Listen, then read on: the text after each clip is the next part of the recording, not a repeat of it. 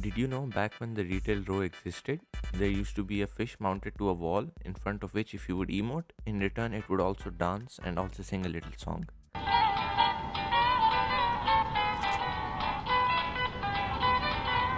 If that was interesting, these are 30 things only OGs would remember. A while back in the timeline of Fortnite, there was actually friendly fire in all matches, so you could just kill your teammates if you wanted to, or mistakenly hit them with your shots. Although it was removed in the future, what you might not know is that many players would get banned for friendly killing upon being reported.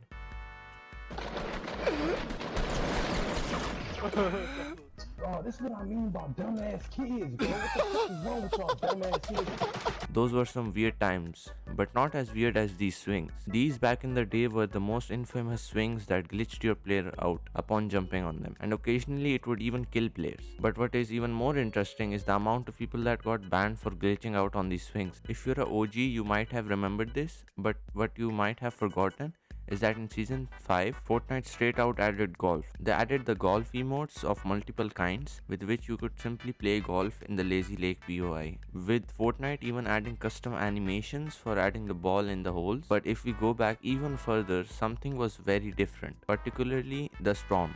Unlike the current minimap, in which we see the storm highlighted in a purple shade, the older minimap just consisted of the circles, one white, one purple, with one signifying the zone and the other signifying the storm. Something more known than this were the double pumps. The double pump was a way of playing where you would use two pumps simultaneously and get insane damage with a higher fire rate, but it was eventually removed. After this removal, you could still use the pump and attack to make a makeshift double pump, but history repeated itself and Epic removed this as well, with there being no sign of its return till now. Did you know that one of the initial Fortnite updates was one which had reduced fall damage? In present time, fall damage starts at a height of 3 build and can kill you at 6 builds. But prior to this update, you would take fall damage even with the tiniest of falls. And Epic thought that was unfair, hence changing it.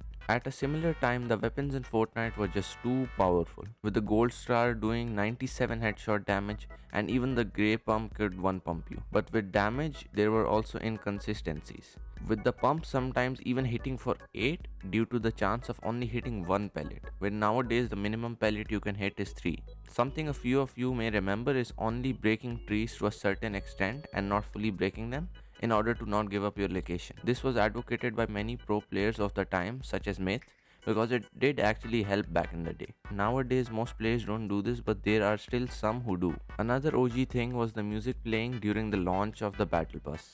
As nowadays, the music just depends per season or per event, but back then there was the ever so nostalgic Battle Bus music, which I still prefer to this day. Something to give props to Epic about is keeping the rocket riding feature till this day.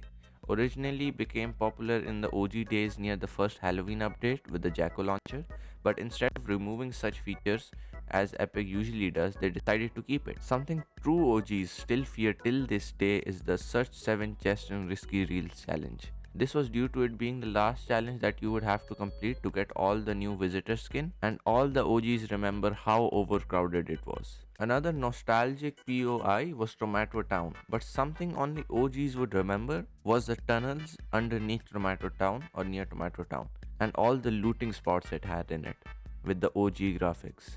If you already knew this, then do you remember the ice cream truck at Dusty Divot? It had 100,000 HP and all players were going crazy to break it as a chest could be heard beneath it. But to their surprise, it turned out to be just a normal chest. Some players were smart enough to realize that the truck could be instantly broken by throwing a portafort directly at it. Something very less people would remember are the OG player level borders in Fortnite. Almost everyone didn't even notice the disappearance of it. These borders would change along with your level and would give a more aesthetic look. Did you know in OG Fortnite if you would break the structure the chests were on, then the chest would also break and the loot would also disappear. Every OG knows that the time they would by mistakenly break their chest in rooftops and their loot would just go. This was later updated where the chest would not break but rather float or just drop the loot upon breaking. Something even more terrifying only OG players would remember is crossing Loot Lake, as back then you could not build on it unless you would connect it from the start or the end. Only OGs know the feeling of having to tippy tap jump across the lake when the storm was coming behind you. Similarly, another place you could not build were near trees. This caused people to die in build fights as it would straight out just not build. This was also true with some fences and many other structures back in the day. Let's go. No. No, I can't place a wall because of the fence! No one can talk about the OG map without remembering the OG factories. Although they weren't a named POI, it became one by the community and was a popular drop spot for many pros. 2 minutes of silence for the factories. Okay, that's enough. Does anyone remember how grenades used to look in your inventory? Unlike present Fortnite, the grenades were just grey and white icons. A big difference in OG Fortnite compared to present Fortnite were the traps. Although they have been vaulted for a while now, only OGs remember the old traps, including the spike trap, the wall dynamo, the ceiling zapper, and the bounce pads. The directional and the vertical ones, of course. If you have ever played Save the World, then you would know that these still exist within it. Something you may remember was the time players started noticing a big meteor slowly approaching the Fortnite map, and how there would be random deadly meteor showers. An OG quest, if you remember, was this dancing quest that was in Loot Lake, where you had to dance with 3 other players and let the disco ball rise fully. OGs remember when it would be over the chaos that took place after. A change that completely changed Fortnite was Playground mode, which was originally released as a baby creative in which you could practice your build, aim. This started the journey of creative warriors. You've got a friend request incoming. Someone wants to be friends. A weird thing Epic added was this sound whenever you would receive a friend request. This was a major problem for especially streamers, as back then you could not even turn off accepting friend requests. Luckily, it was short-lived and was removed later down the line. Another OG thing only OGs would remember is that when the minis were originally added, they could be carried as a stack of 10. But as we now know, this has been nerfed to 6 minis. Current vending machines use gold as payments. But something only OGs would remember is that the OG vending machines would take materials as payments, which could sometimes be up to 500 mats for one gold item. Real OGs would remember the joy of finding a llama next to a golden vending. Speaking of llamas, did you know that they were nerfed, as they used to give 500 wood, brick and metal, but still felt less with the 999 mats cap? These updates nerfing everything were bad, but not nearly as bad as the bloom in all the OG weapons. Pro players of the time such as Ninja and Tfue didn't even feel like playing due to the immense bloom causing dissatisfaction. Something out of the blue Epic added without any prior announcement was the Zapatron.